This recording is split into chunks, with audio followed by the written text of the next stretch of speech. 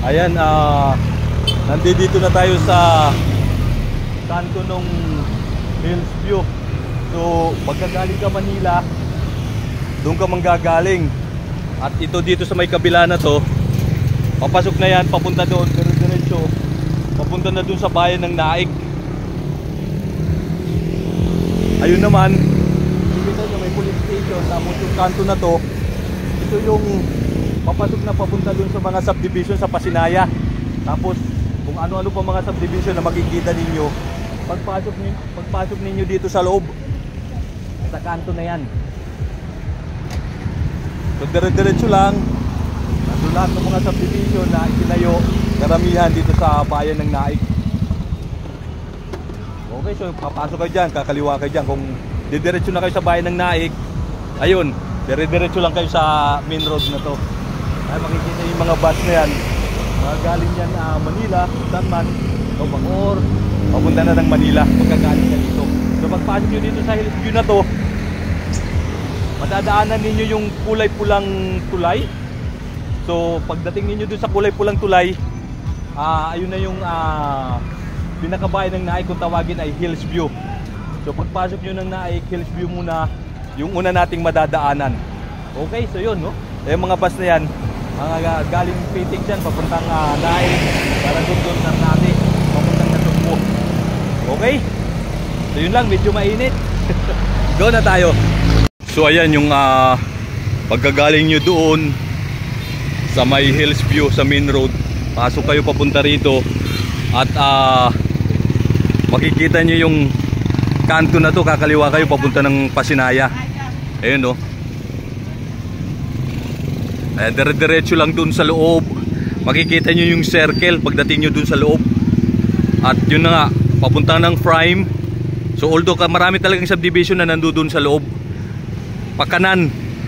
At itong padiretso na to, hindi ko na alam kung saan pa papunta yan. Siguro lusot-lusot ang papunta dito sa sa Cavite, dito sa may lugar ng Hills View. Dito makikita yung mga subdivision. Okay, so yun, at meron na rin talipapa rito pagkagaling nyo dun sa subdivision na yun, no? Dun sa loob. So yun yung galing dun sa labas. So sa main road papasok dito na subdivision. So ayan, no? At pagpasok mo, darating ka dito sa circle na to, papunta dun sa dulo, mga pabahay, hindi mga housing pa rin yun. So papunta ng Prime Central, kakanan po kayo, dire-diretso lang, madadaanan ninyo yung Pasinaya Place Twist, saka Pasinaya Prime North. Tapos sa bandang unahan pa, sa susunod na subdivision, nandoon na po yung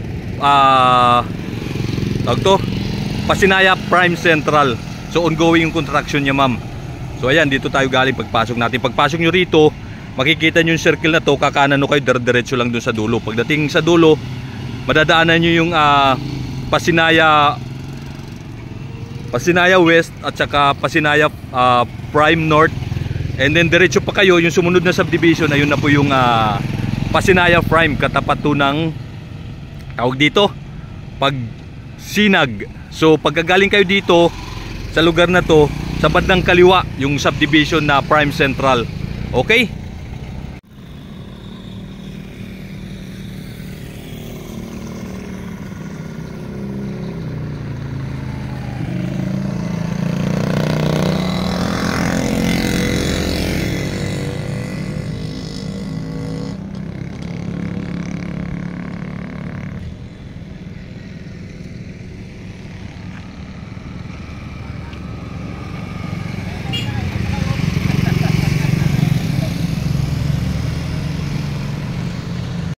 Okay, so yun, ma'am, kinalulungkot ko, hindi yun natin masisilip yung nirequest ninyong possible na maging bahay yun ninyo dito sa Pasinaya Prime, kasi ongoing pa yung construction.